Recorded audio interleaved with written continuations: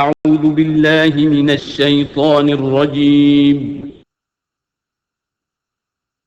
بسم الله الرحمن الرحيم.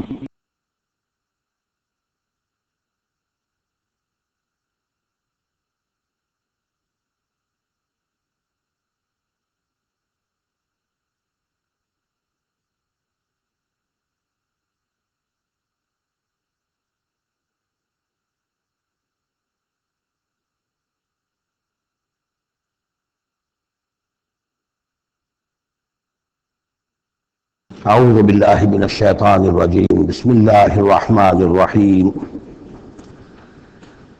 قل لا اقول لكم عندي خزائن الله ولا اعلم الغیب ولا اقول لكم انی ملک ان اتبع الا ما یوحى الی قل هل يستوي الاعمى والبصیر افلا تتفکرون صدق اللہ العظیم۔ اے نبی ان سے کہہ دیجئے میں تم سے یہ نہیں کہتا کہ میرے اختیار میں ہیں اللہ کے خزانے، تم مجھ سے کہتے ہو یہ دکھاؤ یہ دکھاؤ یہ دکھاؤ، میں نے کب دعویٰ کیا ہے کہ میرا اختیار ہے؟ کسی شخص سے مطالبہ کیا جانا چاہیے اس کے دعوے کے مطابق۔ میں نے الوہیت میں داخل ہونے کا کب دعویٰ کیا؟ میں نے تو دعویٰ کیا ہے کہ میں اللہ کا ایک بندہ ہوں، عام انسان ہوں، بشر ہوں، مجھ پر وحی آئی ہے، مجھے مامور کیا گیا ہے کہ تمہیں متنبہ کروں، وہ کام میں کر رہا ہوں۔ لا اقول لکم عندی خزائن اللہ، میں تو نہیں کہتا کہ میرے پاس کوئی اللہ کے خزانے ہیں، میرے اختیار میں ہیں۔ ولا اعلم الغیب، نہ میں نے یہ دعویٰ کیا ہے کہ غیب کا علم مجھے حاصل ہے۔ ولا اقول لکم انی ملک، نہ میں نے تم سے کبھی یہ کہا ہے یا کہتا ہوں کہ میں فرشتہ ہوں۔ ان اتبع الا ما یوحى الی، میں تو بس اتباع کر رہا ہوں اس شے کی کہ جو مجھے طرف وحی کی جا رہی ہے۔ قل هل يستوي الاعمى والبصیر، کہیے تو پھر اب برابر ہو جائیں گے دیکھنے والے اور اندھے؟ افلا تتفکرون، تو کیا تم تفکر نہیں کرتے، غور و فکر سے کام نہیں لیتے؟ وانذر به، اب پھر یہاں به پر زور دے رہا ہوں میں۔ اے نبی اس قرآن کے ذریعے سے خبردار کر دیجیے، آپ کا کام انذار ہے، تبشیر ہے۔ اوپر آ چکا ہے وما نرسل المرسلین الا مبشرین، پہلے آ چکا ہے اوحی الی ھذا القرآن لانذرکم بہ ومن بلغ، یہاں پھر آیا وانذر بہ الذین یخافون ان یحشروا الی ربہم، خبردار کر دیجیے اس کے ذریعے سے ان لوگوں کو کہ جنہیں واقعتاً کچھ خوف ہے کہ وہ اپنے رب کی طرف لے جائے جائیں گے۔ جیسا کہ میں نے آپ کو بتایا تھا کہ ان میں بھی بہت کم لوگ تھے کہ جو بعث بعد الموت کے منکر تھے، وہ یہ کہتے تھے کہ ہاں ہے قیامت ہے، اٹھیں گے اپنے رب کے پاس جائیں گے، لیکن وہاں ہمارے چھڑانے والے ہیں، وہ ہمیں بچا لیں گے۔ وَأَنذِرْ بِهِ الَّذِينَ يَخَافُونَ أَن يُحْشَرُوا إِلَىٰ رَبِّهِمْ لَيْسَ لَهُم مِّن دُونِهِ وَلِيٌّ وَلَا شَفِيعٌ، ان کے لیے کوئی نہیں ہوگا اللہ کے سوا، نہ کوئی حمایتی نہ سفارش کرنے والا۔ اپنی ان مغالطوں کو رفع کر لیں، ان غلط فہمیوں کو رفع کر لیں۔ لعلہم یتقون، شاید کہ ان میں تقوی پیدا ہو جائے، شاید کہ وہ ڈر جائیں، شاید کہ خوف پیدا ہو جائے۔ وَلَا تَطْرُدِ الَّذِينَ يَدْعُونَ رَبَّهُمْ بِالْغَدَاةِ وَالْعَشِيِّ يُرِيدُونَ وَجْهَهُ، اور مت دھتکاریے آپ ان لوگوں کو کہ جو پکارتے ہیں اپنے رب کو صبح و شام، اور وہ اس کی چہرے کی طالب ہیں، اس کی رضا کی جویا ہیں۔ یہ اصل میں اشارہ ہو رہا ہے کہ تمام رسولوں کے ساتھ یہ معاملہ ہوا، خاص طور پر حضرت نوح کے ساتھ بھی، کہ جو بڑے بڑے سرداران ہوتے تھے قوم کے، وہ کہتے تھے کہ اے نوح ہم تو تمہارے پاس آنا چاہتے ہیں، سمجھنا چاہتے ہیں بات کیا ہے، لیکن ہم دیکھتے ہیں جب بھی آئے تمہارے پاس، تمہاری محفل میں بیٹھے تھے ہمارے کمی کاری ملازم گھٹیا لوگ، اب ہماری شایان نشان نہیں ہے کہ ہم ان کے ساتھ بیٹھے۔ یہی بات حضور سے کہتے تھے کہ ہم آتے ہیں آپ کے پاس بات سمجھنے کے لیے، یہ آپ کے دل جو دمگٹا لگا رہتا ہے، یہ ہمارے غلام لوگ ہیں، یہ ہمارے جو ہے معاشرے کے پست طبقات ہیں، یہ آپ کے آس پاس ہوتے ہیں، تو پھر ہمارے شایان نشان یہ نہیں ہے کہ ہم ان کی موجودگی میں آپ سے بات کریں۔ اس پر جواب دیا جا رہا ہے اے نبی آپ ان کی باتوں سے کوئی اثر نہ لیں، آپ خام خواہ اپنے ان ساتھیوں کو، چاہے وہ غریب ہیں چاہے وہ پست طبقات سے ہیں، لیکن ان کی شان یہ ہے کہ وہ صبح و شام اللہ کو پکارتے ہیں، اللہ سے دعا کرتے ہیں، مناجات کرتے ہیں، تسبیح و تحمید کرتے ہیں، اور وہ اس کے چہرے، اس کے روح انور کے طالب ہیں، وہ اس کی رضا چاہتے ہیں، اس کی خوشی چاہتے ہیں۔ انہوں نے اپنی زندگی جو ہے من یشری نفسہ ابتغاء مرضات اللہ، یہ تو وہ لوگ ہیں جنہوں نے اپنی جانیں جو ہے اللہ کی رضا جوئی کے لیے، اللہ کی رضا حاصل کرنے کے لیے تدی ہیں۔ ما علیک من حسابہم من شیء، آپ کے ذمے ان کے حساب میں سے کچھ نہیں ہے۔ وما من حسابک علیہم من شیء، اور نہ آپ کا ان کے اوپر آپ کے حساب میں سے کچھ ہے، یعنی یہ کہ یہ تو ہر شخص کو اپنی کمائی کرنی ہے، آپ کے ذمہ آپ کا فرض ہے، آپ کرتے جائیے، جو آپ کے پاس آ رہے ہیں ان کا حساب بھی اللہ لے لے گا، جو آپ کے پاس نہیں آتے ان کا حساب بھی لے لے گا، ہر ایک کو اس کے طرز عمل کے مطابق وہ بدلہ دے دے گا، نہ آپ ان کی طرف سے جواب دیں نہ یہ آپ کی طرف سے جواب دیں۔ فتطردہم، تو اگر خدا نہ خواستہ بالفرض آپ ان کے دباؤ میں آ کر اگر انہیں دور کر دیں، اپنے سے دھتکار دیں، فتکون من الظالمین، تو آپ ظالموں میں سے ہو جائیں گے۔ وَكَذَلِكَ فَتَنَّا بَعْضَهُم بِبَعْضٍ، اور اسی طرح ہم نے بعض کو بعض کے ذریعے سے آزمایا ہے۔ حق کہہ رہا ہے ایک شخص لیکن ہے مفلس، اب وہ دولت مند جو ہے وہ مسکرائے گا، اس کو دیکھو یہ مجھے سمجھانے آیا ہے، اس کے کپڑے پھٹے ہوئے ہیں، جوتیاں پٹخارتا ہوا آ گیا مجھے سمجھانے کے لیے، اپنی حیثیت کو نہیں پہچانتا۔ حالانکہ دیکھنا یہ چاہیے کہ جو بات وہ کہہ رہا ہے صحیح ہے یا غلط۔ اس طرح ہم آزمائش کر دیتے ہیں لوگوں کے لیے، وَكَذَلِكَ فَتَنَّا بَعْضَهُم بِبَعْضٍ، اسی طرح ہم آزماتے ہیں بعض کو بعض کے ذریعے سے، لِيَقُولُوا، تاکہ وہ کہیں أَهَٰؤُلَاءِ مَنَّ اللَّهُ عَلَيْهِم مِّن بَيْنِنَا، کیا یہ وہ لوگ ہیں جن پر اللہ کا خاص انعام و احسان ہوا ہے ہم میں سے؟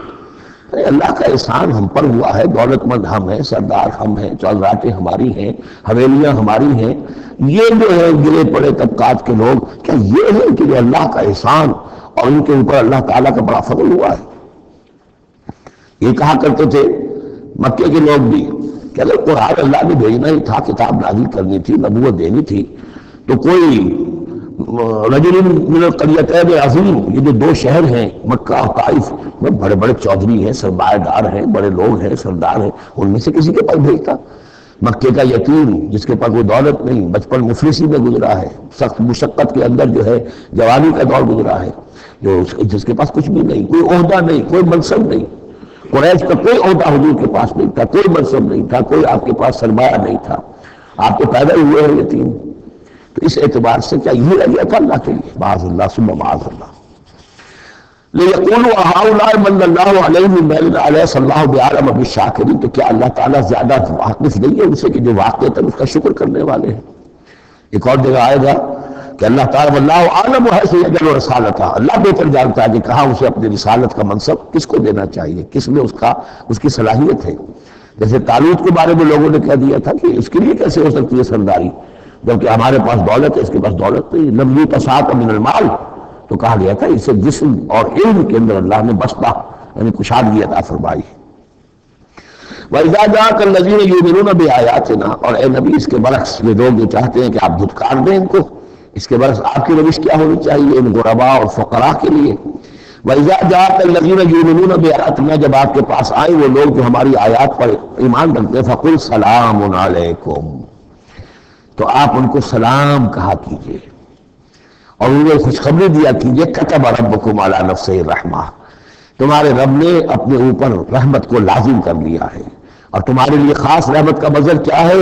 انہ من عمل منکم سوءا بجہالۃ، کہ تم میں سے کوئی بھی اگر کسی وقت کوئی برے کام کا ارتکاب کر بیٹھے، جذبات میں آ کر، ناواقفیت سے، جہالت میں، آب من بعدہ، پھر اگر وہ فوراً توبہ کر لے گا، وہ اصلاح اور اصلاح کر لے گا، فانہ غفور الرحیم، تو اللہ تعالیٰ غفور الرحیم ہے۔ یہ تمہارے لیے مزید خوشخبری ہے، تہنیت اللہ کی طرف سے، قل سلام علیکم کتب ربکم علی نفسہ الرحمہ انہ من عمل منکم سوءا بجہالۃ ثم تاب من بعدہ واصلح فانہ غفور رحیم۔ وکذلک نفصل الآیات، آگے محذوف ہے لفظ لیتفکروا بها ولتستبین سبیل المجرمین، اسی طرح ہم اپنی آیات کی تفسیر بیان کرتے ہیں تاکہ یہ لوگ ان پر غور کریں، تفکر کریں۔ اگر غور کریں گے، تفکر کریں گے، تو مجرموں کا راستہ ان کے سامنے کھل کر آ جائے گا کہ جس راستے پر ہم جا رہے ہیں وہ واقعتاً مجرموں کا راستہ ہے۔ قل انی نہیت ان اعبد الذین تدعون من دون اللہ، کہہ دیجیے مجھے تو روک دیا گیا ہے ان کو پوجنے سے کہ جن کو تم پکارتے ہو اللہ کے سوا، لات عزا منات، ان کو میں نہیں پکار سکتا، مجھے روک دیا گیا ہے، مجھے تو حکم دیا گیا ہے لا تدعوا مع اللہ احدا، اللہ کے ساتھ کسی اور کو مت پکارو۔ قل لا اتبع اہواءکم، اور کہہ دیجیے ڈنکے کی کہ میں تمہاری خواہشات کی پیروی نہیں کر سکتا، قد ضللت اذا، اگر ایسا کروں گا تو میں خود گمراہ ہو جاؤں گا، وما انا من المہتدین، اور پھر نہ رہوں گا میں ہدایت والوں میں۔ قل انی علی بینۃ من ربی، اب اس کو ذرا نوٹ کر دیجئے، کہہ دیجئے کہ میں تو اپنے رب کی طرف سے ایک بڑی بینہ پر ہوں، میں جس راستے پر چل رہا ہوں روشن راستہ ہے میں اس کا باطن بھی جانتا ہوں، اس کی حقیقت بھی مجھ کو منکشف ہے۔ اور یہ بینہ اصل میں کیا ہے، یہ جا کر آگے سورہ ہود میں یہ بات زیادہ کھلے گی کہ بینہ جو ہے وہ ایک عام انسان کے لیے دو چیزوں سے بنتی ہے، فطرت سلیمہ، جیسا کہ میں نے شروع میں عرض کیا تھا آپ سے، فطرت سلیمہ، عقل سلیم، اس سے انسان ایک حد تک آ گیا، پھر اللہ کی وحی جو آئی اس نے تصدیق کر دی، یہ بینہ بن گیا۔ اب اسی معنی میں پھر رسول اور پھر اللہ کی وحی مل کر بینہ بن جاتے ہیں۔ وہ لوگوں کے حق میں بینہ، اور خود اپنے حق میں بینہ کیا ہے، آپ کی اپنی فطرت سلیم، عقل سلیم، اور اس پر پھر وحی کی توثیق، وحی نے آ کر ان کو اجاگر کر دیا، ان حقائق کو جن تک آپ اپنی عقل سلیم اور فطرت سلیمہ کی رہنمائی میں پہنچ چکے تھے۔ قل انی علی بینۃ من ربی، کہہ دیجیے میں تو اندھیرے میں ٹامکٹولیاں نہیں مار رہا ہوں، تم جو مجھ سے مطالبے کر رہے ہو، مجھ پر دباؤ ڈال رہے ہو، میں تو اپنے رب کی طرف سے بینہ پر ہوں۔ وَكَذَّبْتُمْ بِهِ، تم نے اسے جھٹلا دیا ہے۔ مَا عِندِي مَا تَسْتَعْجِلُونَ بِهِ، میرے پاس وہ شے موجود نہیں ہے جس کی تم جلدی مچا رہے ہو۔ وہ جلدی مچاتے تھے، لے آئیے عذاب، بہت سن چکے ہم، کان پک گئے سن کر ہمارے، عذاب آئے گا، عذاب آئے گا، عذاب، کہاں ہے وہ عذاب؟ کہاں رکا ہوا ہے؟ 10 برس ہو گئے، میرے پاس نہیں ہے، میرے اختیار میں نہیں ہے۔ وہ عذاب بھی آئے گا، اللہ کے فیصلے سے آئے گا، جب وہ چاہے گا آئے گا۔ مَا عِندِي مَا تَسْتَعْجِلُونَ بِهِ، جس چیز کی تم جلدی مچا رہے ہو وہ میرے اختیار میں نہیں ہے۔ ان الحکم الا للہ، فیصلے کا اختیار کلیتاً اللہ کے ہاتھ میں ہے۔ یقص الحق، وہ حق بات بیان کر دیتا ہے، وہو خیر الفاصلین، اور وہ سب سے اچھا فیصلہ کرنے والا ہے۔ قل لو ان عندی ما تستعجلون به، اب اس میں وہ تلخی جو ہے وہ ظاہر ہو رہی ہے کہ تم جو تنگ آ گئے میری باتیں سن کر، میرے اندر بھی تمہاری جانب سے بیزاری پیدا ہو چکی ہے۔ قل لو ان عندی ما تستعجلون به، کہہ دیجیے اگر میرے ہاتھ میں ہوتا، میرے اختیار میں ہوتا، میرے پاس ہوتا جس کی تم جلدی مچا رہے ہو، لقضی الامر بینی و بینکم، تو میرے اور تمہارے مابین کبھی کا فیصلہ طے ہو چکا ہوتا، میں تمہیں ابھی مزید مہلت نہ دیتا۔ تم اگر تمہارے کان پک گئے تو میں بھی تنگ آ چکا، میرے بھی اب جو ہے صبر کا پیمانہ جو ہے وہ ایک حد کو پہنچ چکا ہے۔ لقضی الامر بینی و بینکم، میرے اور تمہارے مابین کبھی کا فیصلہ چکا دیا گیا ہوتا۔ واللہ اعلم بالظالمین، اللہ خوب واقف ہے ظالموں سے۔ وَعِندَهُ مَفَاتِحُ الْغَیْبِ، اسی کے پاس ہے خزانے غیب کے۔ یہ مفاتح جو یہاں جمع آیا ہے تو مفتاح کہتے ہیں کنجی کو، اس کی جمع بھی ہے، اور مفتاح کہتے ہیں اس کو جس سے کھولا گیا، یعنی خزانہ۔ یہاں پر مفتاح کی جمع ہے یہ مفاتح۔ وَعِندَهُ مَفَاتِحُ الْغَیْبِ، اسی کے پاس غیب کے سارے خزانے ہیں۔ لَا يَعْلَمُهَا إِلَّا هُوَ، کوئی جانتا ہی نہیں ان کو سوائے اس کے۔ وَيَعْلَمُ مَا فِي الْبَرِّ وَالْبَحْرِ، اور وہ تو جانتا ہے جو کچھ خشکی میں ہے اور جو کچھ سمندر میں ہے۔ وَمَا تَسْقُطُ مِنْ وَرَقَةٍ إِلَّا يَعْلَمُهَا، اور نہیں گرتا کوئی ایک پتا بھی اسی درخت سے مگر اللہ کے علم میں ہوتا ہے۔ وَلَا حَبَّةٍ فِي ظُلُمَاتِ الْأَرْضِ وَلَا رَطْبٍ وَلَا يَابِسٍ، نہیں گرتا کوئی دانہ نہ زمین کی تاریکیوں میں، وہ دانہ گھستا ہے زمین کے اندر بیج کی شکل میں، ولا رطب، نہ کوئی ہری چیز تر و تازہ، ولا یابس، نہ سوکھی چیز، الا فی کتاب مبین، ایک کتاب مبین میں سب کی سب موجود ہے۔ یہ کتاب مبین اللہ کا علم قدیم ہے، اللہ کا علم قدیم جس میں کہ ہر شے موجود ہے، ما کان و ما یکون، آن واحد کی طرح۔ وَهُوَ الَّذِي يَتَوَفَّاكُم بِاللَّيْلِ، اب یہ لفظ یہاں پر آ گیا ہے، وہ جو قادیانیوں کے ساری خباثت کا توڑ جو ہے، وہ جو میں نے وضاحت آپ کو بیان کی تھی کہ وفا یوفی یتوفا، اب یہاں آ گیا وَهُوَ الَّذِي يَتَوَفَّاكُم بِاللَّيْلِ، وہی ہے جو تمہیں وفات دیتا ہے رات کے وقت۔ کیا وفات دیتا ہے؟ کیا انسان مر جاتا ہے؟ جان تو رہتی ہے، شعور نہیں رہتا۔ میں نے کہا تھا 3 چیزیں ہیں، جسم ہے، جان ہے، جان میں شعور ہے۔ بڑا پیارا ایک شعر ہے فارسی کا، جان نہاں در جسم ایز در جان نہاں، جسم کے اندر تو پنہا ہے جان، جان میں وہ پنہا ہے۔ 3 چیزیں ہو گئی۔ یہاں اس شعر میں وہ سے مراد کچھ اور ہے، اس وقت میں اس کو نہیں جاؤں گا، لیکن 3 چیزیں سمجھ لیجئے۔ جان نہاں در جسم، جسم کے اندر جان پنہا ہے، او در جان نہاں، وہ جان میں نہا ہے، اے نہا اندر نہا ہے جانے جان۔ یہ پھر کسی اور جگہ پر پڑھیں گے اس شعر کو انشاءاللہ۔ اب سمجھ لیجئے، ایک جسم ہے، جسم میں جان ہے، جان میں شعور ہے، اصل سے تو شعور ہے، لہذا نیند میں صرف شعور لے گئے، موت ہوئی تو شعور بھی لے گئے، جان بھی لے گئے، اور عیسیٰ کو لے گئے، شعور بھی لے گئے، جان بھی لے گئے، جسم بھی لے گئے۔ تو توفع جو ہے کل کا کل پورے طور پر ہوا حضرت عیسیٰ علیہ السلام کا. ہمارا توفع یا توفی جو ہوتا ہے وہ تو ادھورا ہوتا ہے، جسم یہی رہ جاتا ہے، جان اور شعور چلا جاتے ہیں، اور نیند میں شعور چلا گیا. وَهُوَ الَّذِي يَتَوَفَّاكُم بِاللَّيْلِ وَيَعْلَمُ مَا جَرَحْتُم بِالنَّهَارِ، وہی ہے جو تمہیں وفات دے دیتا ہے، قبضے میں لے لیتا ہے، یتوفاکم رات کے وقت، اور یہ جانتا ہے جو کچھ کہ تم کرتے ہو دن کے وقت. ثم یبعثکم فیہ، پھر وہ دوبارہ اگلی صبح کو پھر تمہیں اٹھا دے گا. لیقضی اجل مسمى، تاکہ وہ تمہاری جو مہلت ہے وہ پوری ہو جائے. یعنی روزانہ ایک طرح سے ہم موت کی آغوش میں چلے جاتے ہیں. آدھی موت تو ہے، نیند کسے کہتے ہیں؟ آدھی موت.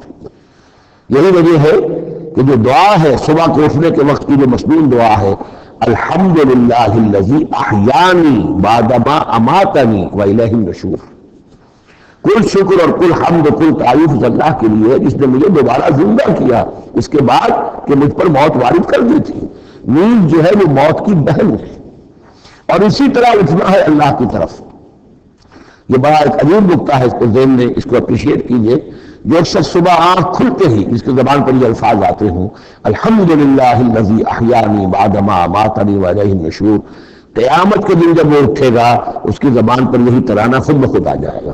اس وقت ہوگا وہ 100% درست. الحمدللہ الذی احیانی بعدما اماتنی والیہ النشور، کیونکہ عادت پڑی ہے، ہمیشہ کہا ہے، جیسے ہی شعور آیا الحمدللہ الذی احیانی بعدما اماتنی والیہ النشور، تو یہ وہ ترانہ جو ہے جو کہ باعث بعد الموت کے وقت ہماری زبان پر ہوگا، اس کا ریہرسل ہے جو آپ روزانہ کریں گے اگر یہ عادت پختہ کر لیں. وَهُوَ الَّذِي يَتَوَفَّاكُم بِاللَّيْلِ وَيَعْلَمُ مَا جَرَحْتُم بِالنَّهَارِ ثُمَّ يَبْعَثُكُم فِيهِ لِيُقْضَىٰ أَجَلٌ مُّسَمًّى ثُمَّ إِلَيْهِ مَرْجِعُكُم، پھر اسی کی طرف تم سب کا لوٹنا ہے. ثُمَّ يُنَبِّئُكُم بِمَا كُنتُمْ تَعْمَلُونَ، پھر وہ تمہیں جتلا دے گا جو کچھ کہ تم کرتے رہے تھے. وَهُوَ الْقَاهِرُ فَوْقَ عِبَادِهِ، اور وہ اپنے بندوں پر، یہ لفظ کئی مرتبہ آیا ہے اس صورت کے اندر. اللہ پوری طرح غالب ہے، قابو یافتہ ہے اپنے بندوں پر. وَيُرْسِلُ عَلَيْكُمْ حَفَظًا، اور وہ تم پر نگہبان بھیجتا رہتا ہے. ہر انسان کے ساتھ فرشتے باڈی گارڈ کی حیثیت سے موجود ہیں، اس لیے کہ جب تک اللہ نے اجل معین رکھی ہوئی ہے اس وقت تک تو زندہ رکھنا ہے. وہ زندہ رکھنے کے لیے حفاظت کرنے والے نگہبان. وہ جو میں نے ایک دفعہ پہلے بھی کہا تھا، بس اوقات محسوس ہوتا ہے کہ جیسے گاڑی ایسے سناٹے سے آپ کے ساتھ سے گزری ہے کہ معلوم ہوتا ہے کسی نے ہاتھ دے کر آپ کو بچایا، ورنہ بچنے کا کوئی امکان نہیں تھا. تو کوئی ہے، جب معلوم ہے کہ ابھی اس کی موت کا وقت نہیں آیا تو بچانے والے فرشتے ہمارے ساتھ ہوتے ہیں. حتیٰ اذا احدکم الموت، یہاں تک کہ جب تم میں سے کسی کی موت کا وقت آتا ہے، توفته رسلنا، اللہ پہ توفا آ گیا. اب یہاں پہ شعور اور جان دونوں جائے گا. توفته رسلنا، تو ہمارے بھیجے ہوئے فرشتے جو ہیں وہ اس کو قبضے میں لے لیتے ہیں. وہم لا یفرطون، اس میں کوئی کمی نہیں کرتے، کوئی کوتاہی نہیں کرتے، جو حکم آیا جب آیا. ثم ردوا الى الله مولاهم الحق، پھر وہ لوٹا دیے جاتے ہیں اب اللہ کی طرف جو ان کا مولا ہے برحق، سچا. الا له الحکم، آگاہ ہو جاؤ، فیصلے کا اختیار اسی کے ہاتھ میں ہے، حاکمیت اسی کی ہے. ان الحکم الا للہ، یہ دوسری مرتبہ آیا یہاں. وهو اسرع الحاسبین، اور وہ حساب کرنے والوں میں سب سے بڑھ کر تیز ہے. یعنی اسے دیر نہیں لگے گی. اس کے کمپیوٹرز جو ہیں وہ کوئی بہت ہی سپر کمپیوٹر جن کا ہم تصور بھی نہیں کر سکتے.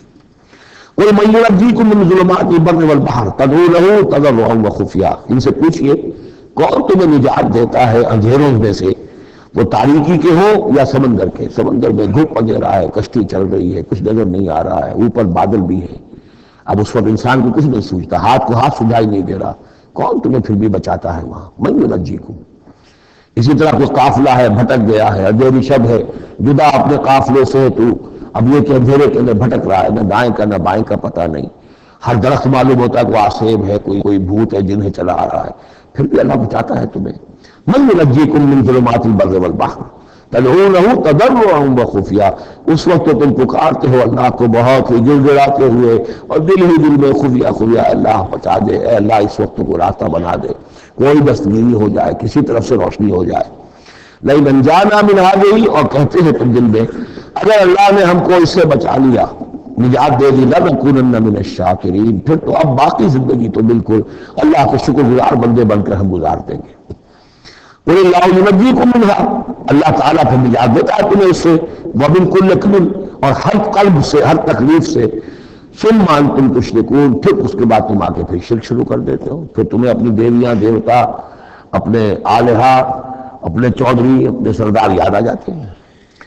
قُلْ هُوَ الْقَادِرُ عَلَىٰ أَن يَبْعَثَ عَلَيْكُمْ عَذَابًا مِّن فَوْقِكُمْ، یہ آیت جو ہے یہ بہت اہم ہے کہ عذاب الہی کی کئی قسمیں ہیں، 3 قسمیں یہاں بیان ہوئی ہیں۔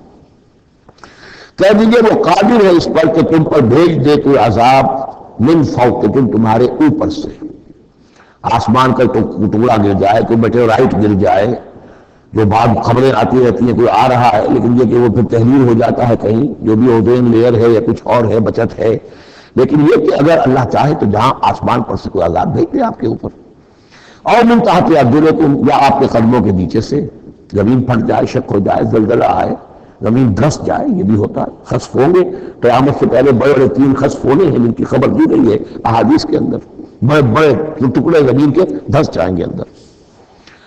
قُلْ هُوَ الْقَادِرُ عَلَىٰ أَن يَبْعَثَ عَلَيْكُمْ عَذَابًا مِّن فَوْقِكُمْ أَوْ مِن تَحْتِ أَرْجُلِكُمْ، یہ 2 شکلیں ہو گئی، اوپر سے یا قدموں کے نیچے سے، اور يَلْبِسَكُمْ شِيَعًا، یا تمہیں گروہوں میں تقسیم کر دے، وَيُذِيقَ بَعْضَكُمْ بَأْسَ بَعْضٍ، اور ایک کی طاقت کا مزہ دوسرے کو چکھائے۔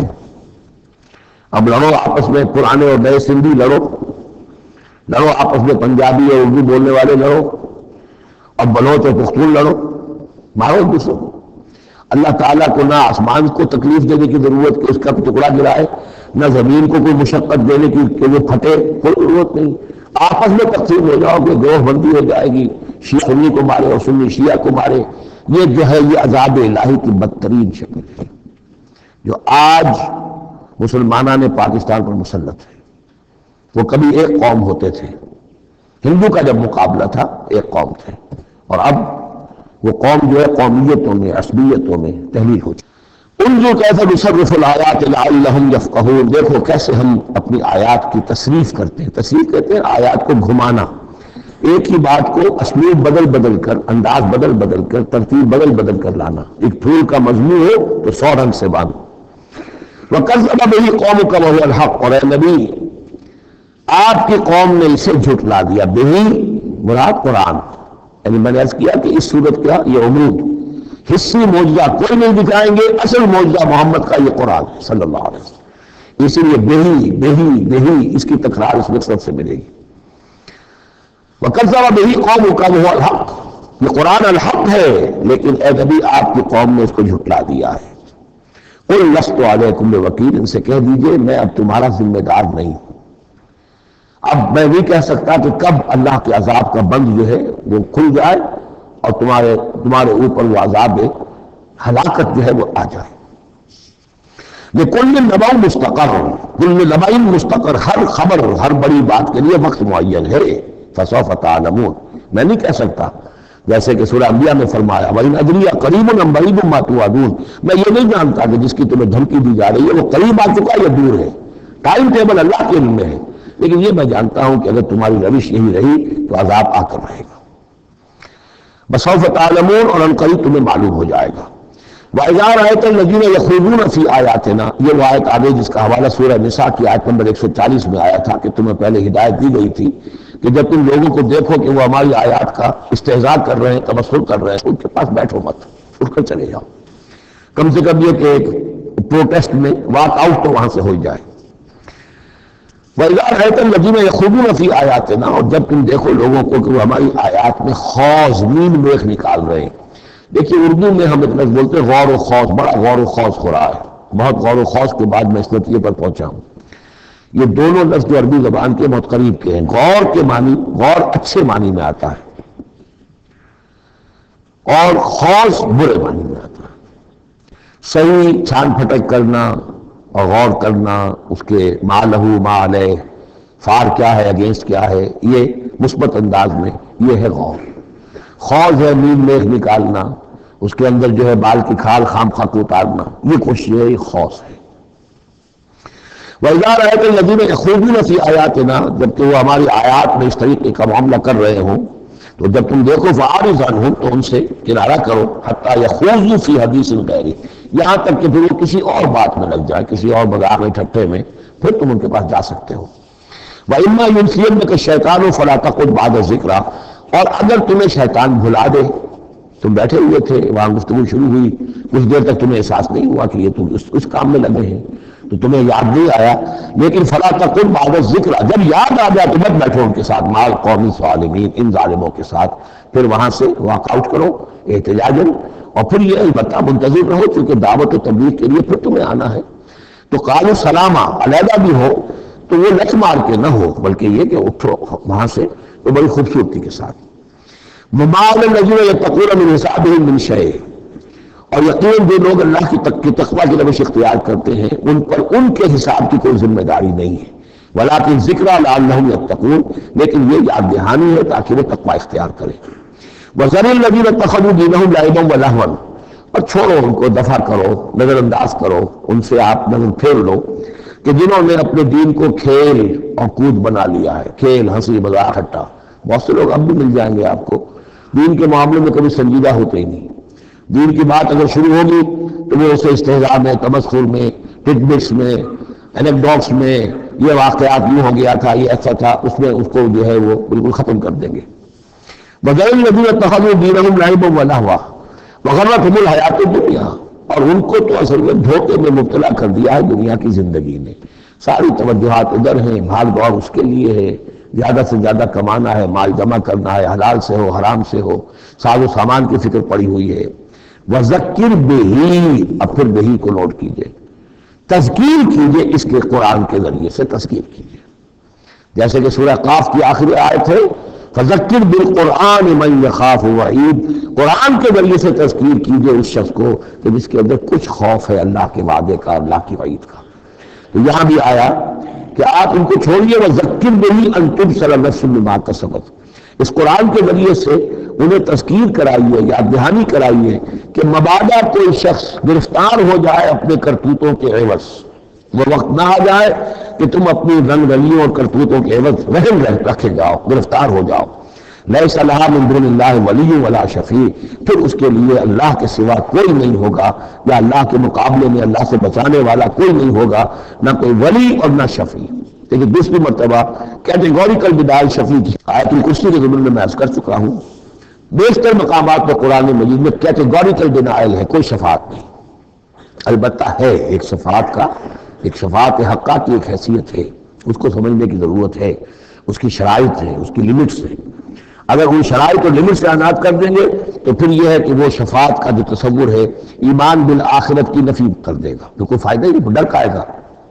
جب چھڑوانے والے ہیں جو چاہو کرو، جو بھی کچھ ہے، لیکن تیرے محبوب کی امت میں ہے، شرابی ہے، گانی ہے، بدماش ہے، چور ہے، ڈاکو ہے، حرام خور ہے، غبن کرتے ہیں، جو بھی کچھ ہے، لیکن تیرے محبوب کی امت میں ہے، تو اگر تو اسی پر کوئی معاملہ طے ہونا ہے تو خام خواہ کاہے کو آدمی ہاتھ روکے، بابر بعیش کوش کے عالم دوبارہ نیست، پھر تو جو عیش کر سکتے ہو کرو، جہاں ہاتھ پڑتا ہے کیوں روکتے ہو؟ تو سیدھی سیدھی بات ہے۔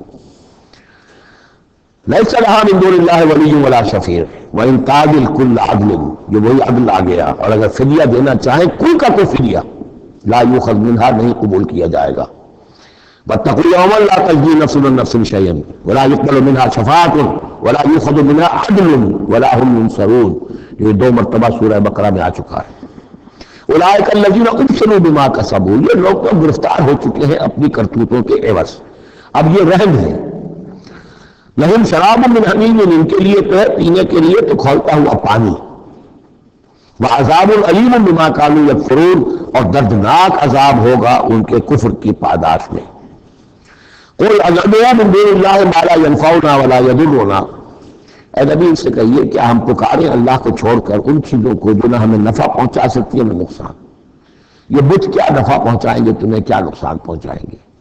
خود اپنی حفاظت کر نہیں سکتے، اپنی مکھیاں اڑا نہیں سکتے، ان کو پکارتے ہو، ان کے سامنے سجدے کرتے ہو، ان کو متھے ٹیکتے ہو۔ اندعو من دون اللہ ما لا ينفعنا ولا يضرنا، ہر بت کی بات تو ہو گئی بہت ہی واضح، باقی بھی اس کائنات کے اندر کوئی کسی کے لیے نہ خیر کے پر قدرت رکھتا ہے نہ شر پر، الا باللہ، لا حول ولا قوت الا باللہ۔ یہ یقین ہو جائے تب توحید مکمل ہوگی، پھر کس کے سامنے آدمی سر جھکائے خام کا؟ کس کے آگے اپنی عزت نفس پیش کرے، اس کا دھیلا کرے؟ کسی کے ہاتھ میں اختیار ہے ہی نہیں. لا حول ولا قوت الا باللہ. حدیث میں آیا ہے، حضرت عبداللہ ابن عباس کو مخاطب کر کے کہا ہے کہ نوجوان اس بات کو اچھی طرح جان لے، اگر تمام دنیا کے انسان مل کر چاہیں، اولکم و آخرکم و انسکم و جنکم، کہ تمہیں کوئی فائدہ پہنچا دے، نہیں پہنچا سکتے جب تک کہ اللہ نہ چاہے. اور تمام انسان چاہے تمہیں کوئی نقصان پہنچا دے، نہیں پہنچا سکتے جب تک اللہ نہ چاہے. تو پھر یکدگی و محکم گی، پکارو اللہ کو، کسی اور کو پکارنے کا، کسی اور سے سوال کرنے کا، کسی اور سے ڈرنے کا، کسی اور سے التجائیں کرنے کا، کسی اور کا استغاثہ کرنے کا، دہائی دینے کا کیا فائدہ ہے؟ قُلْ أَنَدْعُو مِن دُونِ اللَّهِ مَا لَا يَنفَعُنَا وَلَا يَضُرُّنَا وَنُرَدُّ عَلَىٰ أَعْقَابِنَا، اور ہم جو ہے اپنی ایڑیوں کے بل لوٹا دیے جائیں بعد اذ ہدانا اللہ، جبکہ ہمیں تو اللہ نے ہدایت دے دی ہے. کالذی استہوتہ الشیاطین فی الارض حیران، کیا اس طرح کے آدمی ہم بن جائیں کہ جن کو شیاطین نے، جنوں نے کسی جنگل میں بیابان میں اس کی مت مار دی ہو، راستہ بھلا دیا ہو، اب اسے کچھ نظر نہیں آ رہا. لہو اصحاب یدعونہ الی الہدی ائتنا، ہے اس کے ساتھی جو اس کو پکار رہے ہیں کہ آؤ ہماری طرف، ہدایت کی طرف آؤ، ہمارے پاس آؤ. قل ان ھدی اللہ ھو الھدی، یہ نقشہ کھینچ دیا گیا ہے جماعتی زندگی کی کتنی برکت ہے. آپ اکیلے ہو کہیں بھٹک گئے ہو تو پھر یہ کہ آپ کے لیے سیدھے راستے پر آنا بہت مشکل ہو جائے گا. جماعتی زندگی ہے، ساتھی ہیں، جس کو کہا ہے سورہ توبہ میں کونوا مع الصادقین، معیت اختیار کرو، رہو ساتھ سچوں کے. کسی وقت ہوتا ہے انسان کو کوئی ایسی آزمائش پیش آ گئی ہے، اس کا دماغ چکرا گیا ہے، گھوم گیا ہے، نہیں سمجھ میں آ رہا، راستہ نہیں نکل رہا، مشکل بڑی آ گئی ہے، ایک طرف حرام ہے لیکن یہ ہے کہ دباؤ کو بہت پڑ رہا ہے، گھر والوں کا پڑ رہا ہے، بچوں کا پڑ رہا ہے، بیوی کا پڑ رہا ہے، راستہ غلط ہے. اس میں یہ ہے کہ ایسے وقت میں بسا اوقات پھر اگر رفقا ہیں، ساتھی ہیں، آپ کے کامریڈز ہیں، آپ کے کولیگز ہیں، اس کے ساتھ وہ پکارتے ہیں، ساتھ ہاتھ جو ہے آپ کا تھام کر آپ کو سہارا دیتے ہیں. قل ان ھدی اللہ ھو الھدی، یقیناً ہدایت کہہ دیجئے اللہ ہی کی ہدایت اصل ہدایت ہے. وَأُمِرْنَا لِنُسْلِمَ لِرَبِّ الْعَالَمِينَ، اور ہمیں تو حکم یہ ہوا ہے کہ ہم تمام جہانوں کے پروردگار کی تابع داری اختیار کریں اور فرما برداری اختیار کریں. وَنَقِيمُ الصَّلَاةَ وَاتَّقُوهُ، اور یہ کہ نماز قائم کرو اور اس کا اللہ کا تقوی اختیار کرو. وَهُوَ الَّذِي إِلَيْهِ تُحْشَرُونَ، اور وہی ہے جس طرف کہ تمہیں جمع کر دیا جائے گا. وَهُوَ الَّذِي خَلَقَ السَّمَاوَاتِ وَالْأَرْضَ بِالْحَقِّ، اور وہی ہے جس نے آسمان اور زمین بنائے ہیں حق کے ساتھ. یہاں حق کے کیا معنی ہے؟ یہ پرپس، یہ بیکار نہیں ہے. ربنا ما خلقت ھذا باطلا، اے رب ہمارے تو نے یہ سب باطل نہیں بنایا، بیکار نہیں بنایا، بے مقصد نہیں بنایا. سورہ آل عمران کی آخری رکوع کی جو دعا ہے، بلکہ باطل کے مقابلے میں کیا حق. وَهُوَ الَّذِي خَلَقَ السَّمَاوَاتِ وَالْأَرْضَ بِالْحَقِّ وَيَوْمَ يَقُولُ كُن فَيَكُونُ، اور جس دن وہ کہے گا ہو جا، وہ ہو جائے گا. کیا ہو جائے گا؟ جب وہ چاہے گا اس کائنات کو لپیٹ بھی دے گا.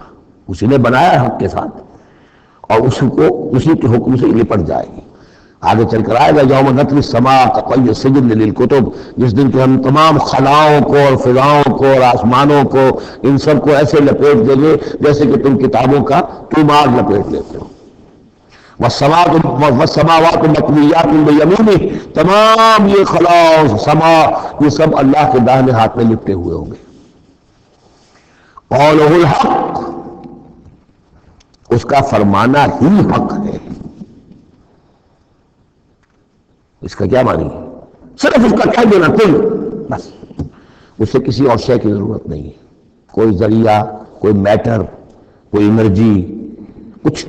قولہ الحق، اس کا فرمانا ہی برحق ہے، اس کا کہہ دینا ہی برحق. کن فیکون، یوم یقول کن فیکون قولہ الحق.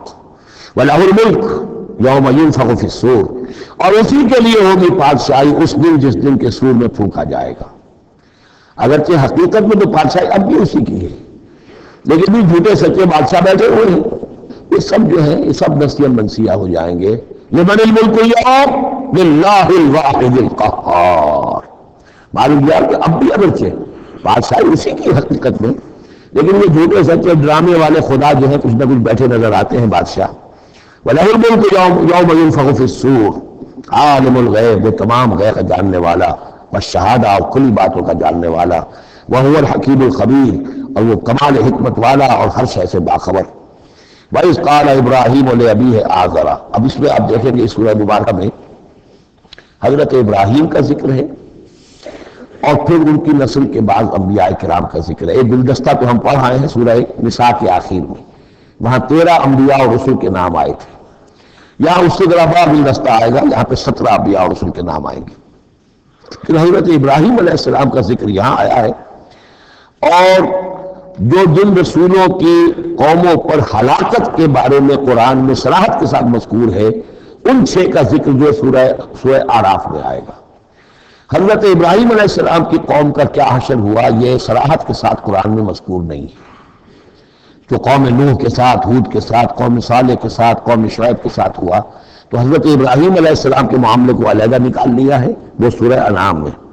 اور باقی جو ہے نوح، ہود، صالح اور شعیب، لوط اور موسیٰ، ان کا ذکر جو ہے وہ آپ کو ملے گا سورہ اعراف، اس لیے کہ ان کا معاملہ ایام اللہ کا ہے۔ تو فذکرہم بایام اللہ، التذکیر بآلاء اللہ اس میں ہے، التذکیر بایام اللہ اس میں ہے، لہذا یہاں حضرت ابراہیم کا ذکر ہے۔ وَإِذْ قَالَ إِبْرَاهِيمُ لِأَبِيهِ آزَرَ أَتَتَّخِذُ أَصْنَامًا آلِهَةً، اور یاد کرو جب کہ کہا ابراہیم نے اپنے باپ آزر سے، کیا تم نے ان بتوں کو اپنا خدا بنا رکھا ہے؟ یہاں جو آزر کا لفظ خاص طور پر آیا ہے میرے نزدیک، یہ اصل میں تورات کی نفی کے لیے، تورات میں طارح نام لکھا گیا ہے، گویا اس کی تصحیح کے لیے، ورنہ یہاں کوئی خاص ضرورت نہیں تھی۔ وَإِذْ قَالَ إِبْرَاهِيمُ لِأَبِيهِ، یہ کافی تھا، لیکن نام اس لیے دیا گیا کہ تورات پڑھنے والوں کو مغالطہ ہوتا ہے، اور اسی مغالطے کو اہل تشیع نے اختیار کر لیا ہے۔ انہوں نے تورات میں جو نام دیا گیا ہے اسے حضرت ابراہیم کا باپ کہا ہے، اور حضرت جو آزر تھا اس کو کہا کہ وہ چچا تھا۔ اس کی خاص وجہ ہے، وہ پھر کسی موقع پر بیان ہوگی، لیکن یہ کہ تورات کی اس غلطی کو اہل تشیع نے اختیار کیا۔ قرآن مجید نے اسی کی نفی کے لیے یہاں پر حضرت ابراہیم کے والد کا نام صراحتاً بتا دیا کہ آزر ہے۔ وَإِذْ قَالَ إِبْرَاهِيمُ لِأَبِيهِ آزَرَ، اور یاد کرو جب کہ کہا تھا ابراہیم نے اپنے باپ آزر سے، أَتَتَّخِذُ أَصْنَامًا آلِهَةً، کیا آپ نے ان بتوں کو اپنا الہ بنایا ہوا ہے؟ إِنِّي أَرَاكَ وَقَوْمَكَ فِي ضَلَالٍ مُبِينٍ، میں تو میرا تو خیال یہ ہے، میری رائے تو یہ ہے کہ آپ بھی اور آپ کی قوم بھی کھلی گمراہی میں مبتلا ہے۔ وَكَذَلِكَ نُرِي إِبْرَاهِيمَ مَلَكُوتَ السَّمَاوَاتِ وَالْأَرْضِ، اور اسی طرح ہم دکھانے لگے یا دکھاتے رہے ابراہیم کو آسمانوں اور زمین کے ملکوت۔ ملکوت سے مراد کیا ہے کہ اللہ تعالیٰ نے اس کائنات کا جو نظام قائم کیا، جسے میں کہتا ہوں کہ جو یونیورسل گورنمنٹ ہے، اس کا ایک نظام ہے، اس کے کارندے ہیں، تو اس کے مشاہدہ اللہ تعالیٰ اپنے رسولوں کو کراتا ہے، تاکہ ان کا یقین جو ہے وہ یقین اس درجے کا ہو جائے کہ جیسے کہ اپنی آنکھوں سے دیکھی ہوئی چیزیں، وَلَيَكُونَ مِنَ الْمُوقِنِينَ، اور تاکہ وہ پوری طرح یقین کرنے والوں میں سے ہو جائے۔ لیکن واؤ چونکہ یہاں آیا، اس سے پہلے ہم محذوف مانیں گے تاکہ وہ اپنی قوم پر حجت قائم کر سکے اور پوری طرح یقین کرنے والوں میں سے ہو جائے۔ یہ جو آگے آ رہا ہے یہ در حقیقت حضرت ابراہیم علیہ السلام کی طرف سے اپنی قوم پر حجت کو اس پر سے پیش کیا گیا ہے۔ بعض حضرات کے نزدیک یہ ہے کہ یہ حضرت ابراہیم کا اپنا ذہنی ارتقاء ہے کہ واقعتاً انہوں نے سمجھا یہ ستارہ خدا ہے، پھر ڈوب گیا تو کہا کہ نہیں نہیں یہ تو ڈوب گیا، پھر چاند کو دیکھا تو چاند خدا ہے، پھر کہا نہیں یہ تو یہ بھی جو ہے غروب ہو گیا، پھر سورج کو کہا۔ تو یہ بات اصل میں بعض حضرات کی رائے ہے یہ، اور الفاظ سے کچھ متبادل بھی ہوتا ہے، لیکن یہ ہے کہ زیادہ صحیح رائے جس سے کہ آگے آ جائے گا وَتِلْكَ حُجَّتُنَا آتَيْنَاهَا إِبْرَاهِيمَ عَلَىٰ قَوْمِهِ، تو معلوم ہوتا ہے کہ یہ اصل میں حضرت ابراہیم علیہ السلام نے حجت قائم کرنے کے لیے یہ تدبیر اختیار کی اپنی قوم کو سمجھانے کے لیے۔ اور حضرت ابراہیم علیہ السلام اللہ کے نبی تھے، اور نبی کوئی بھی زندگی کے کسی بھی مرحلے پر مشرک نہیں ہوتا، اس کی شریعت، اس کی سرشت اتنی خالص ہوتی ہے۔ صدیقین مشرک نہیں ہوتے، نبی تو ان سے بھی اونچے درجے کے ہیں۔ حضرت ابو بکر نے کبھی شرک نہیں کیا، حضرت عثمان نے کبھی شرک نہیں کیا، جو صدیقین ہیں صحابہ میں سے۔ وَكَذَلِكَ نُرِي إِبْرَاهِيمَ مَلَكُوتَ السَّمَاوَاتِ وَالْأَرْضِ وَلِيَكُونَ مِنَ الْمُوقِنِينَ فَلَمَّا جَنَّ عَلَيْهِ اللَّيْلُ، جب ان پر رات جو ہے اس نے تاریکی کر دی، رأى كوكبا، انہوں نے دیکھا ایک چمکدار ستارے کو، قال هذا ربی، انہوں نے کہا یہ میرا رب ہے۔ یہ گویا کہ کہہ رہے کیا ہاں یہ میرا رب ہے۔ اب یہ سوالیہ انداز بھی ہو سکتا ہے، پھر سائن آف ایکسکلیمیشن ہو سکتا ہے کہ لوگوں کو کہنے کے لیے کہ یہ رب ہے، یہ انٹروگیشن کا بھی ہو سکتا ہے۔ ھذا ربی فلما افل قال لا احب الافلین، جب وہ ڈوب گیا تو کہا بھائی یہ ڈوب جانے والی شے تو پھر میں تو پسند نہیں کر سکتا کہ میں اس کو اپنا خدا مان لوں۔ قوم جو تھی ستارہ پرست بھی تھی، بت پرست بھی تھی، ستارہ پرست بھی تھی، اور نمبر 3 شاہ پرست بھی تھی۔ تینوں قسم کے شرک اس قوم میں موجود تھے کہ جس میں حضرت ابراہیم بھیجے گئے۔ یہ بیبیلونیا یا عراق، آج کا عراق، سابق بیبیلونیا، اس کا ایک شہر اس شہر کے بھی اب کھنڈرات نکل آئے ہیں، کھدائیاں ہو چکی ہیں۔ شہر میں پیدا ہوئے ہیں، پھر وہاں سے ہجرت کر کے فلسطین گئے، اور پھر حضرت اسماعیل کو آباد کیا ہے حجاز میں، اور اپنے بیٹے حضرت اسحاق کو آباد کیا ہے فلسطین میں۔ تو یہ ان کے ذہن میں رکھیے۔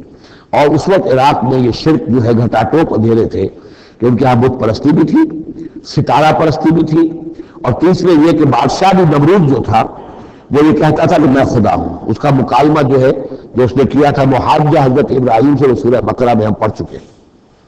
انا احیی و امیت، میں بھی یہ اختیار رکھتا ہوں، جس کو چاہوں زندہ رکھوں، جس کو چاہوں مار دوں۔ فلما رأى القمر بازغا، جب انہوں نے دیکھا چاند چمکتا ہوا، قال ھذا ربی، کہا ہاں یہ معلوم ہوتا ہے کہ یہ ہے رب۔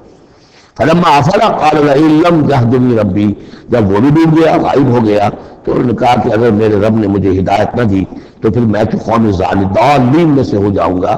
گویا کہ ابھی یہ الفاظ ہیں کہ جن سے اشارہ ہوتا ہے کہ شاید ابھی ان کا اپنا ذہنی اور فکری ارتقاء ہو رہا ہے۔ میں نے کہا تھا کہ الفاظ سے متبادل ہوتا ہے، لیکن یہ کہ ان دونوں چیزوں کو، دونوں سائز کو ناپ تول کر جو رائے بنتی ہے وہ دوسری ہے۔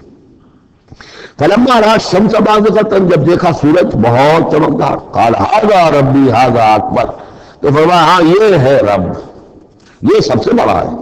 فلما افلت، جب وہ بھی ڈوب گیا، قال یا قوم انی بریء مما تشرکون، انہوں نے کہا اے میری قوم کے لوگوں میں تو بری ہوں، اعلان برات کرتا ہوں ان سب سے جنہیں تم شریک ٹھہرا رہے ہو۔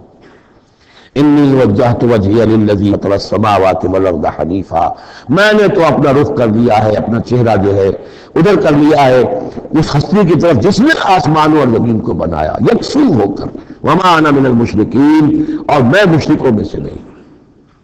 وحاجہ قومہ، اب اس پر محاجہ کیا ان سے ان کی قوم نے، وہ حجت بازی شروع کر دی، تم نے کیا کہہ دیا؟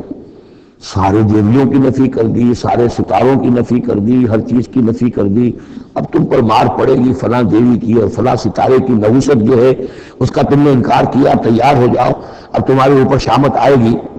قال تحاجونی فی اللہ وقد ہدان، انہوں نے فرمایا مجھ سے محاجہ کر رہے، حجت بازی کر رہے اللہ کے بارے میں، جبکہ اس نے تو مجھے ہدایت دے دی ہے، مجھے تو اللہ نے ہدایت دی ہے۔ ولا اخاف ما تشرکون بہ، اور مجھے کوئی خوف نہیں ان ہستیوں کا جنہیں تم شریک ٹھہرا رہے ہو، مجھے کوئی خوف نہیں۔ الا یشاء ربی شیئا، ہاں اللہ کو چاہے میرے ساتھ کہ کوئی تکلیف مجھے آ جائے، کوئی آزمائش آ جائے تو ٹھیک ہے میرا رب ہے، لیکن مجھے کوئی کسی کا ڈر نہیں، نہ تمہارے کسی دیوی کا، نہ دیوتا کا، نہ کسی ستارے کی نحوست کا، اور نہ کسی اور کا۔ لا اخاف ما تشرکون بہ، تم جس کا مجھے ڈراوا دے رہے ہو مجھے ان میں سے کسی کا کوئی خوف نہیں۔ الا یشاء ربی شیئا، اللہ یہ کہ میرا رب میرے لیے کچھ چاہے جو چاہے۔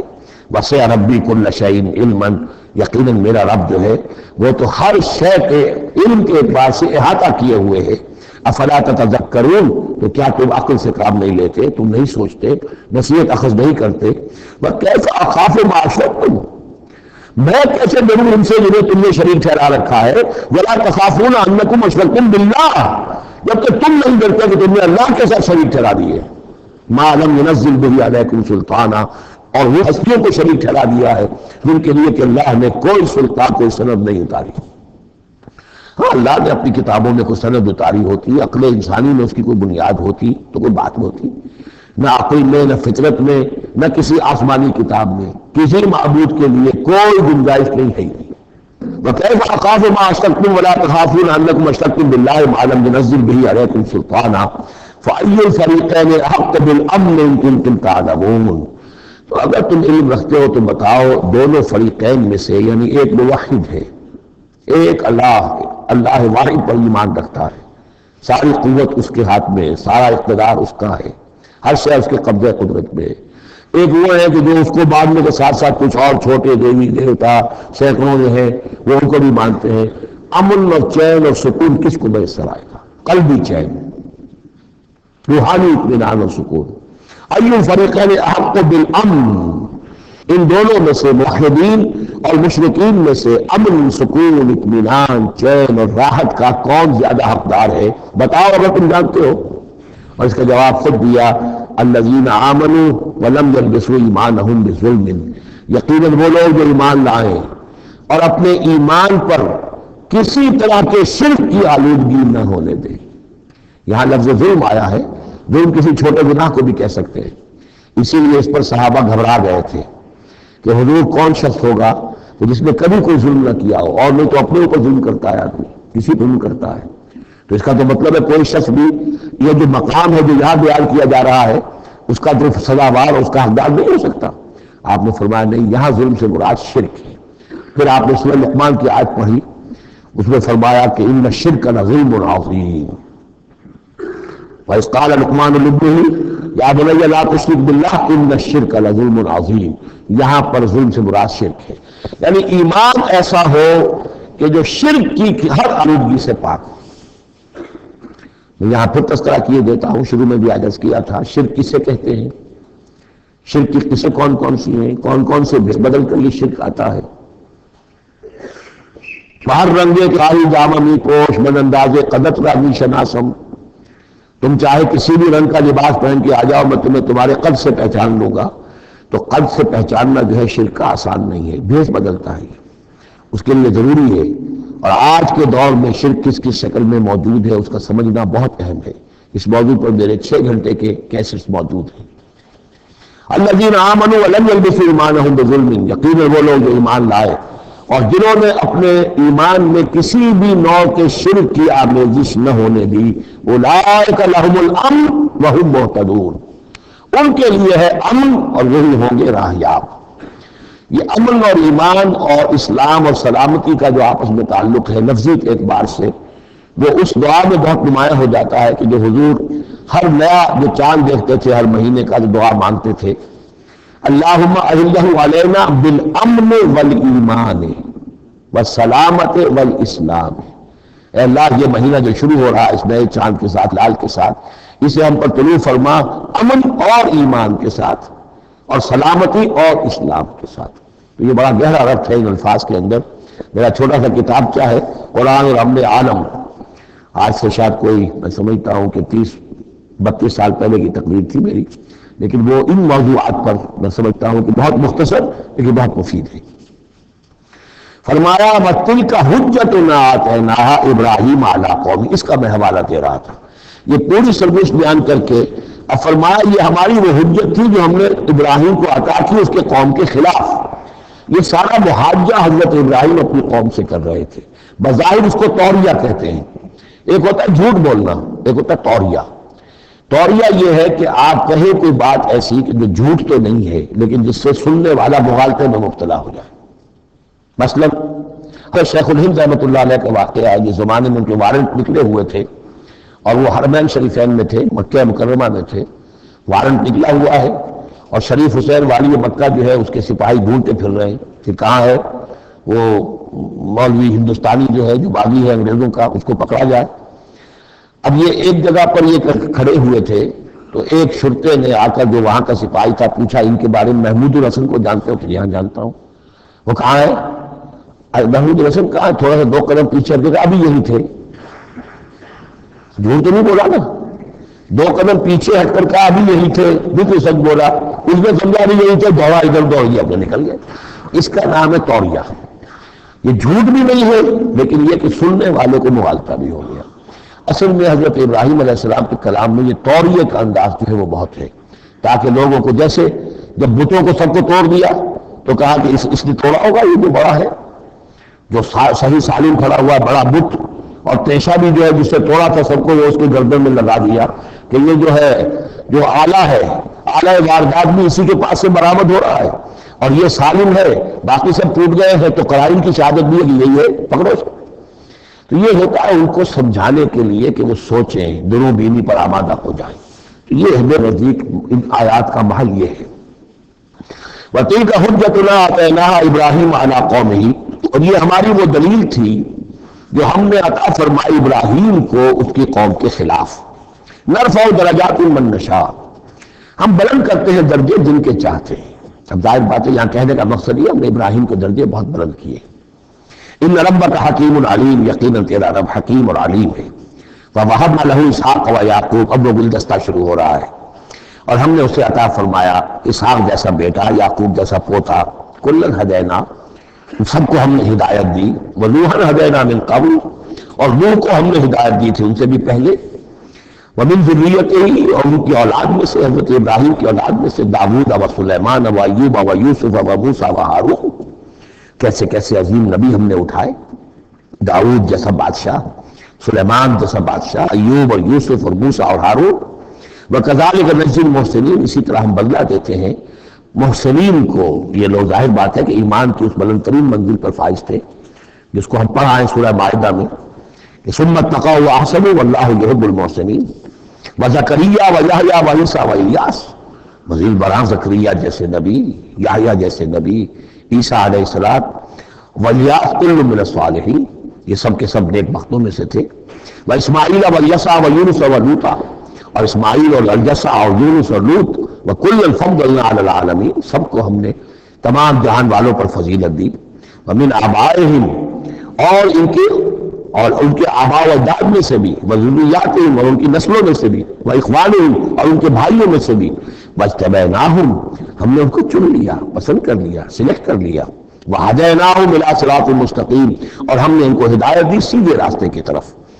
ذَلِكَ هُدَى اللَّهِ يَهْدِي بِهِ مَن يَشَاءُ مِنْ عِبَادِهِ، یہ اللہ کی وہ ہدایت ہے جس کی وہ ہدایت بخشتا ہے جس کو چاہتا ہے اپنے بندوں میں سے۔ وَلَوْ أَشْرَكُوا، اور اگر بالفرض وہ بھی شرک کرتے، لَحَبِطَ عَنْهُمْ مَا كَانُوا يَعْمَلُونَ، ان کے بھی سارے اعمال حبط ہو جاتے۔ شرک اتنی بری شے ہے، اتنے اونچے اونچے مراتب، اتنے اعلیٰ اعلیٰ مقامات، اللہ کی محبوب شخصیتیں، اولو العزم پیغمبر اور یہ عظیم انبیاء، لیکن بالفرض یہ سمجھانے کے لیے، ظاہر بات ہے کوئی امکان نہیں تھا کہ وہ شرک کرتے، لیکن ہمیں سمجھانے کے لیے شرک وہ شے ہے، ان اللہ لا یغفر ان یشرک بہ ویغفر ما دون ذلک لمن یشاء ولو اشرکوا لحبط عنہم ما كانوا یعملون، اگر وہ شرک کرتے تو ان کے بھی تمام اعمال حبط ہو جاتے۔ اولئک الذین آتیناہم الکتاب والحکم والنبوۃ، یہ وہ لوگ ہیں جن کو ہم نے کتاب دی، اپنی حکمت اور شریعت سے نوازا، اور نبوت سے سرفراز فرمایا۔ وَإِن يَكْفُرْ بِهَا هَؤُلَاءِ، اور اگر کفران نعمت کرے یہ لوگ اس کی، یہ جو آیات اب اللہ تعالیٰ نے دی ہیں تمہیں اے محمد صلی اللہ علیہ وسلم، اگر یہ لوگ ان آیات کی اب ناشکری کر رہے ہیں، کفران نعمت کر رہے ہیں، اگر وہ ان سے فائدہ نہیں اٹھا رہے، ان کی روشنی سے اپنے دلوں کو منور نہیں کر رہے، فَقَدْ وَكَّلْنَا بِهَا قَوْمًا لَيْسُوا بِهَا بِكَافِرِينَ، تو ہم نے ایک اور قوم کو تیار کر رکھا اس کام کے لیے کہ وہ اس کی ناقدری نہیں کرے گی، یعنی یہ کہ مدینہ کے انصار انشاءاللہ اس کی قدر کریں گے۔ مکے کے یہ لوگ جو ہے اگر ناقدری کر رہے ہیں محمد صلی اللہ علیہ وسلم، اور تمہاری باتیں جو ہے اب تک 10-11 برس ہونے کو آ گئے ہیں، اس کے نتائج جو ہے بڑے ہی کم سے کم یہ کہ مایوس کن نہیں تو دل شکن ضرور ہے۔ محمد جیسا مبلغ اور رسول اور داعی اور مربی اور مزکی اور معلم، اور 10-12 برس کی جد و جہد میں بمشکل 150 پونے 200 آدمی، پہلے 10 برس میں تو بمشکل 125 آدمی، تو یہ ہے کہ اس اعتبار سے فَإِن يَكْفُرْ بِهَا هَؤُلَاءِ، اگر یہ لوگ کفران نعمت کر رہے ہیں ان کا، فَقَدْ وَكَّلْنَا بِهَا، تو ہم نے کچھ مقرر کر دیے ہیں کچھ اور لوگ، قوماً، ایک ایسی قوم لیسوا بِهَا بِكَافِرِينَ، جو ان کی شاید ان کی جو اس کی ناشکری نہیں کریں گے۔ کچھ پتہ نہیں یہ ہماری جو دعوت رجوع قرآن ہے جو کہاں کہاں پھیل رہی ہے، تو یہ بہرحال یہ آیت بڑی اہم ہے اس اعتبار سے، آج کے دور میں خاص طور پر یہ ہے کہ کوئی مایوسی انسان کو ہونی نہیں چاہیے۔ ہمیں تو پتہ بھی نہیں ہے کہ کہاں کہاں یہ بات پھیل رہی ہے، ممکن ہی نہیں ہے مجھے معلوم ہو کہ میرے کیسٹ کہاں کہاں پہنچ گئے۔ وہ تو جہاں کہیں بھی جاتا ہوں، دیکھتا ہوں، سنتا ہوں، کوئی کہتا ہے میرے پاس 300 کیسٹ آپ کی، کوئی ملتا ہے میرے پاس اتنے کیسٹ آپ کے ہیں، میں سنتا ہوں۔ اب یہ دعوت پھیل رہی ہے، اب یہ میں نہیں کہہ سکتا کہ کس جگہ پر یہ جڑ پکڑے زمین کے اندر، اور یہ انقلابی دعوت جو ہے قرآن کی وہ وہاں ایک تناور درخت بنے، ایک تحریک زبردست انقلابی اٹھے۔ فَإِن يَكْفُرْ بِهَا هَؤُلَاءِ فَقَدْ وَكَّلْنَا بِهَا قَوْمًا لَيْسُوا بِهَا بِكَافِرِينَ، اگر یہ اس کی ناقدری کر رہے ہیں تو اے نبی آپ آزردہ خاطر نہ ہو، ہم نے ایک اور قوم کو تیار کر دیا ہے کہ وہ ان کی اس کی ناقدری نہیں کریں گے۔ اولئک الذین ھدی اللہ فبہداہ مقتدہ، یہ وہ لوگ ہیں جن کو اللہ نے ہدایت دی تھی۔ یہ 17 نام جو اوپر ہم نے پڑھے ہیں، فرمایا کہ اللہ فرما رہا ہے ہم نے انہیں ہدایت دی تھی، فبہداہ مقتدہ، تو آپ بھی ان کی ہدایت کی پیروی کیجئے۔ یہ بہت اہم نقطہ ہے جو یہاں پر نوٹ کر لینے کا ہے کہ جو بھی سابقہ انبیاء کے معاملات کہیں آئیں اور ان کی نفی نہ آئے، وہ چیز گویا کہ ہم مسلمانوں کے لیے بھی وہ چیز جو ہے وہ اس قابل ہے کہ ہم اس کی اتباع کریں، اس کی پیروی کریں، اس کو مانیں۔ چنانچہ اسی اعتبار سے یہ رجم اور قتل مرتد، یہ دو سزائیں جو ہیں یہ ہمارے ہاں اہل سنت نے اور سب تمام مسلمانوں نے یہ لی ہے کہ رجم کی سزا قرآن میں نہیں ہے، یہ سابق شریعت کی سزا ہے جس کو حضور نے برقرار رکھا ہے۔ قتل مرتد کا ذکر بھی قرآن مجید میں نہیں ہے، یہ بھی سابق امت کے اندر سابق شریعت کی سزا ہے جس کو برقرار رکھا گیا ہے۔ جب تک کسی شے کی نفی نہ ہو جائے سابق جو بھی شریعت ہے اس کی، اس وقت تک یہ ہے کہ وہ چیز بھی لاگو رہے گی۔